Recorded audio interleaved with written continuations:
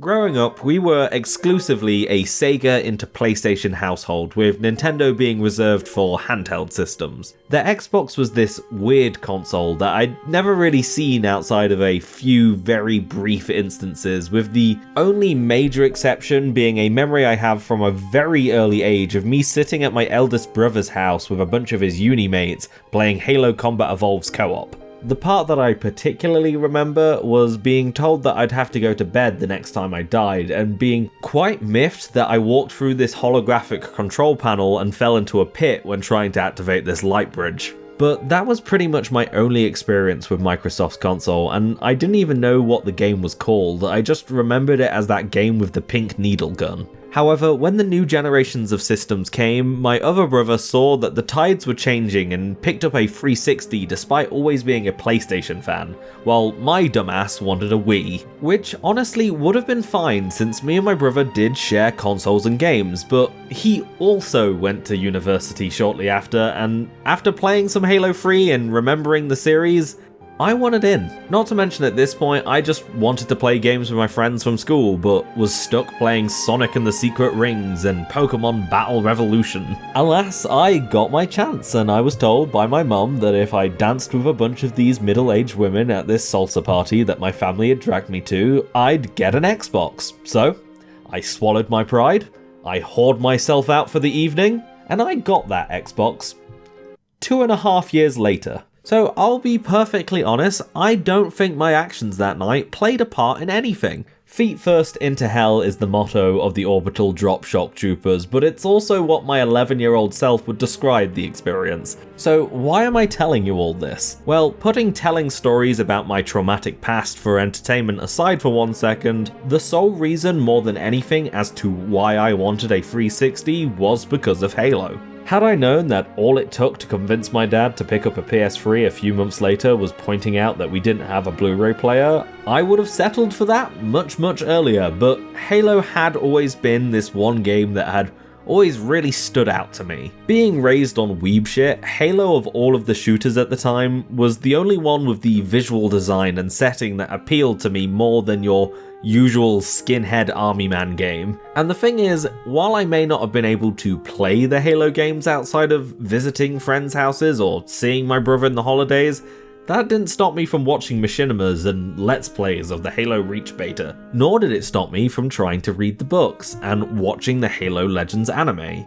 The first episode of which that I watched was none other than The Babysitter, one of the 3 episodes from that anthology that are actually worth watching, and the one that is all about the ODST. And I instantly fell in love with them as a concept. The fact that while they are jobbers in the grand scheme of things, they're the elite jobbers of the UNSC, and they're about as close to Master Chief that a normal human being can get. Alongside the fact that they had this sleeker, edgy black armor design that leaned more into the tactical aesthetic over Master Chief's shining green hero look, really appealed to someone like me with my exquisite tastes. So naturally, when I did finally get my Xbox 360, one of the games I picked up secondhand with my birthday money was ODST, since it came with the full Halo 3 multiplayer as well. And when I first played it, I'll be honest, I kind of hated it. I somehow missed that tutorial about the night vision visor for whatever reason, and so I spent ages wandering around aimlessly looking for a door that wasn't locked like a Silent Hill game or something. And I also have this constant vivid memory of getting blown up over and over again by my allies' own grenades, despite rarely experiencing it since. I have, however, over the years regularly gone back to it, and since then it has become my favourite title in the series for a good while now. Now, part of it is due to my own personal bias towards these little guys, but the other half of it is because I've really come to appreciate its unique neo-noir aesthetic alongside of its all-killer no-filler campaign. At the time, I can 100% understand why people came away from the game feeling as bitter as they did, especially for the price that they sold it at. These days, however, with the amount of time that's passed and stuff like the price and the zeitgeist no longer playing a factor, we're able to separate the interactive art from the commercial product, and it makes me really happy to see a new Halo 3 ODST video essay crop up every 9 months or so to really validate my love of the game. And I've decided it's about my time to throw my hat in the ring. One of the main selling points of ODST was demonstrating just how weak and vulnerable you were compared to what had come before. Master Chief was the best of the Spartan 2s, which were the best of the Spartans in general, which were so good that it would take an entire squad of ODSTs to even try and match the ability of one of them. The difference in power between what you were in the previous games and what you are now is one that Bungie could not overstate enough. Not only are you much weaker than before in ODST, you're alone, and the darkness that creates the tense atmosphere that you're in is also your greatest tool for survival, or at least that was the idea. As the rookie, you start the game wandering the darkened, deserted streets of New Mombasa, entirely missing the battle that raged on during Halo 2, looking for any and all traces of your squadmates as well as a way out of this city, all the while having multiple run-ins with squads of Covenant hunting survivors, with only the sounds of a slow, somber, melancholic take on jazz to accompany you. One thing that can't be disputed about ODST is if you take a knee, just slow walk and really soak it all in, its vibes are impeccable, unrivaled by anything else. The art team, as well as Martin O'Donnell and Michael Salvatore, really knocked it out of the park with this one. Not only is it as iconic as the other Halo soundtracks up to this point, but it's able to do it whilst also having an identity all of its own, without really remixing or motifing anything that came in the previous games. The thing is, this midnight sleuthing only makes up a single part of the game. One that we do come back to for sure, but as the rookie discovers clues as to the whereabouts of his comrades, we do get these more traditional Halo levels sprinkled throughout the experience. There's an indoor level, an outdoor level, a sniper level, a flying level, and a tank level, and even a warthog run of sorts. And because of this, the game needed to be designed in such a way that allowed for both gameplay styles, whilst also reusing the same, albeit slightly upgraded version of Halo 3's engine. And this is where a good number of tweaks and changes come into play to create this feeling. For starters, you're not 7 feet of genetically modified muscle encased in tank armor, you're just a dude in a fancy helmet, and because of that, you're much smaller than you usually are in Halo. You also don't jump as high, your movement speed is slower, you can't dual wield, you don't have access to equipment like bubble shields, you can't rip turrets off of their stands, and you do less damage. And I don't just mean your melee attacks either, as silly as it is considering the ODSTs use the exact same weaponry, their guns still deal less damage to the exact same enemies that John Halo fights. Though if you really wanted to justify this, I guess you could just say that maybe these ODSTs have slightly worse maintained weapons, or the Covenant that they're fighting have better shields and armor for whatever reason.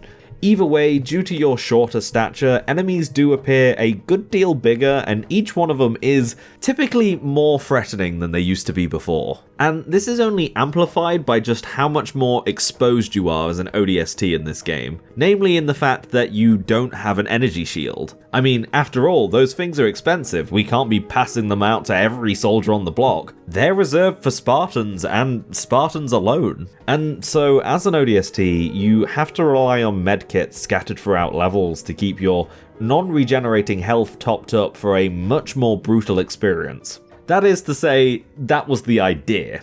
Unfortunately, everything I've said in the last few paragraphs is just one big lie. Or rather, some of it is partially incorrect. The majority of what I've said is true, but I've been leaving out particular details, many of which are obvious to people who've played ODST, many others, however, are not. Halo 3 ODST is ultimately hampered by being built off the foundation of a very differently paced game, and to an extent relies on faulty info being relayed to the player along with various small tweaks and additions to create this illusion of vulnerability. Starting off with the big one that everybody's kind of aware of is the health system. ODSTs may not have shields in lore, and they technically don't in gameplay either. They do, however, have stamina. In all of the Halo games, Master Chief's health bar is basically split between his shields and his actual health. Even in games like Halo 2, 3, and 4, where only your shields are visibly indicated, you still have a few shots before you die when you lose them. A health bar is there, you just can't see it. ODST is much like Halo Combat Evolved and Halo Reach, however, where you need to use med packs to restore that health. The difference between ODST and those games is that the ratios have basically switched, and so your stamina in ODST is basically like your shields in every other Halo game, except that it depletes much faster. The ODSTs instead have a lot more health to compensate. The question is, why give these ODSTs a really weird made-up health bar in the first place? And the answer is simply that the game would have been really frustrating without it. The sandbox and the enemy AI is built off of Halo 3's, which means it is designed with the expectation that you will take a few hits here and there no matter what you do. For the game to run properly without a rechargeable stamina health bar, the game would need to give you an obscene amount of health that would just be even more ridiculous with how much punishment you could take before ultimately biting it. This was essentially a happy medium to make it so damage does feel a little bit more scary than it typically does, but doesn't become a pain to get through the game. It does unfortunately mean that even as an ODST, you really don't feel that much weaker compared to a Spartan, since you're using the exact same rule set, and thus you pretty much play the game how you always did. So what about the other things that Bungie did? Stuff like the reduced movement speed and jump height, and the general overall smaller stature of an ODST, as well as not being able to use equipment. Well, honestly, while it does do a bit, it's really not all that transformative. There are certainly moments where you can feel the effects of your weakened abilities, but I'd say 90% of the time you'll just adjust and reacclimatize to everything and get right back to playing the way you normally do. Additionally, things like your height difference are really not that noticeable when you're shooting brutes and other enemies from a distance, you know, like you will do in a first-person shooter. And with the tweaks of the health system, you're even less incentivized to get up close and personal with them. What does make you feel weaker, however, is that your guns and melee attacks do in fact physically deal less damage. That part was not a lie. Though I should specify that I specifically mean that your guns are the ones that are weaker. All the human UNSC weaponry like the assault rifle, the shotgun and the sniper rifle, etc. do all roughly about 50% damage compared to how much they did in Halo 3. And this is where we start running into a few problems. ODST may still be my favourite Halo title, but that doesn't change the fact that it gets worse the more you know about it and the better you understand the game's sandbox. See, your weaponry may be nerfed, but the Covenant's isn't, and you can still pick up their weapons after killing them just like any other Halo game. And being a sandbox shooter like Halo is means that enemies fight you on fairly even terms. Yes, there are difficulty modes, but the damage that the Covenant deals is for the most part not actually increased on Heroic or Legendary, they just get more accurate and more aggressive trigger fingers. So the guns have to do the same amount of damage in your hands as they do in theirs, and this can have a horrible domino effect on the game once whoever's playing it knows this and takes advantage of the fact. ODST is balanced in such a way to feel more oppressive to the player than Halo 3, but is still designed with the intention of having the player be victorious. Just because your character is weaker doesn't actually mean that the game is harder or anything.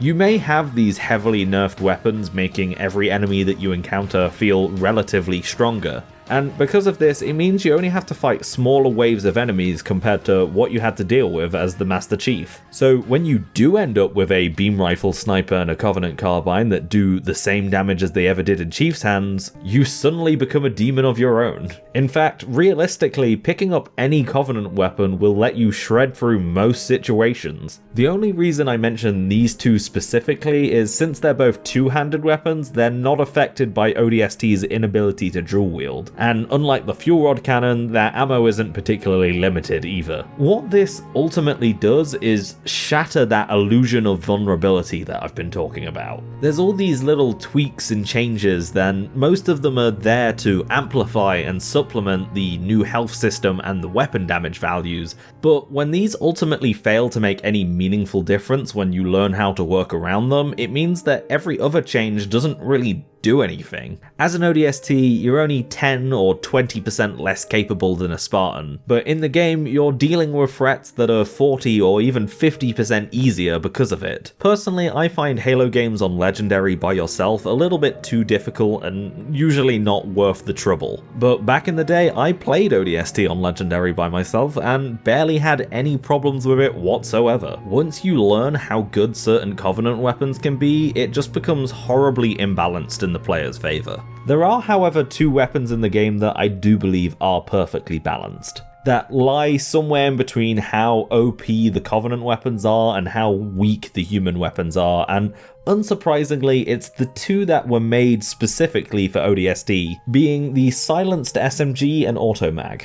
Funnily enough, the silencers do jack shit. Despite everything with the aesthetic of this game, there is next to zero stealth going on. But these two weapons are plentiful in the game, and they have very established places in the sandbox. The SMG has an added scope compared to its previous iterations, which means that it ends up having more effective range than the assault rifle does, on top of having higher DPS. Its difference lies, however, with its pretty aggressive kickback, so if you are firing it from afar, it must be fired in controlled bursts. This makes it an overall better version of the assault rifle, which is awful in ODST I might add, with its only real downside that it requires a little bit more skill to properly use. The automag on the other hand is really interesting, since it's probably the only time in Halo where the pistol feels like a proper sidearm. In terms of damage, the automag is garbage. Try and pick off a brute with full health from afar with one of these, and you're gonna empty your whole ammo supply for nothing. Where the automag's strengths lie is purely in its headshot capabilities. It may take 2 or 3 times the number of magnum shots to take down a grunt normally, but it's still a one-shot kill to the head. And all of the other tactics, like shooting a jackal's hand through the gap in their shield, works like all of the other Halo games as well. Pair the fact up that it's got a pretty good scope and can fire pretty much as fast as you can pull the trigger, and you've got a weapon that is really good at picking off weak stragglers. The thing that I really appreciate about it though is how well it works in tandem with things like the SMG or assault rifle to help take down brutes as efficiently as possible. The ODST pistol is one that actually complements the main default weapon instead of overshadowing it. Now, it does seem silly how I'm talking about these when you could just be using the surplus of more powerful Covenant weapons available, but the thing about these two is that they're pretty much everywhere. Between supply points, other marines, and the fact that they're usually your starting weapons, these two become the old reliables that you can always fall back on, that always have a ton of ammo lying around. They're able to still feel useful while still invoking that grounded feel that ODST is trying to go for. And nowhere is this more true than with ODST's firefight mode. Firefight was Halo's take on the Horde mode, which was especially popular at the time thanks to Gears of War and COD Zombies. Although Bungie and 343 will tell you Firefight always existed since the second level of combat evolved, which I personally believe is a little bit of a stretch, but I suppose it did. Either way, it's interesting to see how and where the actual mode started with ODST when comparing it to what it's become now in the later titles. Over the different games, Firefight has become more and more this arcadey-like experience, revolving more around getting as many headshots and multi-kills as you can in as little time as possible, all without dying to get that juicy high score. But in ODST, it felt more like a fight for survival over a fight for points, as unlike later renditions, you can't beat ODST's Firefight mode, you can only last longer than you did before. And I feel like this is the one area of ODST where the game actually feels like how it was intended to feel like. The guns that were specifically made for this game are in ample supply, with the Covenant weaponry being available if you take that risk of exposing yourself to get them. Also, you're fighting in a mode that's specifically designed to wear you down and overwhelm you, with each round and set that you survive adding more and more difficulty modifiers. I like to think that skulls like Mythic and Thunderstorm are the enemy becoming more and more desperate to put you down, whilst ones like Black Eye are simulating your character becoming more and more fatigued and injured as the battle rages on. And the thing is, while you still are this crazy killing machine that you really shouldn't be lore-wise, you're not unstoppable, and this new mode just synergizes really well with that scaled down player sandbox from Halo 3 that just doesn't end up working that well in the game's campaign. I may still love the main story mode of ODST, even more so than Firefight, but if I'm perfectly honest, I can't help but feel like this mode is where we were able to actually somewhat meet Bungie's vision with the limited tools that they had available. It may not be perfect, and a true bespoke ODST game built from the ground up would probably do it so much better, but what we got was still able to create that illusion of vulnerability, even if it doesn't actually execute on it properly. One thing I would like to mention though is, while going back and replaying through the game to get footage for this video, I did play a little bit of the Flood Firefight mode from the MCC. And I have to say, it's actually incredible how well these two fit together. It's a real shame it was never part of the game to begin with. Not only does the Flood's relentless rushdown AI feel all the more oppressive than it ever has, but due to their general resistance to plasma-based weaponry, the general weapon sandbox ends up evening out once again, and it makes a lot of those weaker UNSC weapons a lot more useful in comparison. This results in an experience where all of your weapons are kind of terrible and unsuited for the task at hand, and now knowledge of the sandbox is a requirement to survive opposed to a means to dominate. Suddenly, it's really easy to see just why the Flood are so dangerous when you're experiencing it firsthand from a perspective that's so much more exposed to them. It's amazing how such a small addition can help ODST so much. Something as simple as just old content from the previous version of the engine being forward ported back into ODST does wonders. And I think it proves just how much potential a ODST game in general has, which I realistically don't ever see happening. I don't know if it's just Halo and 343 themselves, or it's Microsoft's meddling, but something about Halo spin-offs just never seem to take off the ground, I feel. For such a large franchise, Microsoft or 343 or whoever it is are very reluctant to actually do anything with it. For a series that started in 2001, it's kind of bizarre how I can count the number of console games on my hands still. And with 343 introducing Spartan 4s that kind of invalidate the need for ODSTs to the average player, I really don't see them ever going back and doing an ODST 2. And because of that, that means Halo 3 ODST will always be this weird but charming growth that appeared on Halo 3 one day. I am disappointed it never really got to become its own thing, but I also think that is part of what makes it so charming and special to me. The fact that it didn't happen perfectly is a shame, but the fact that it happened at all is wonderful.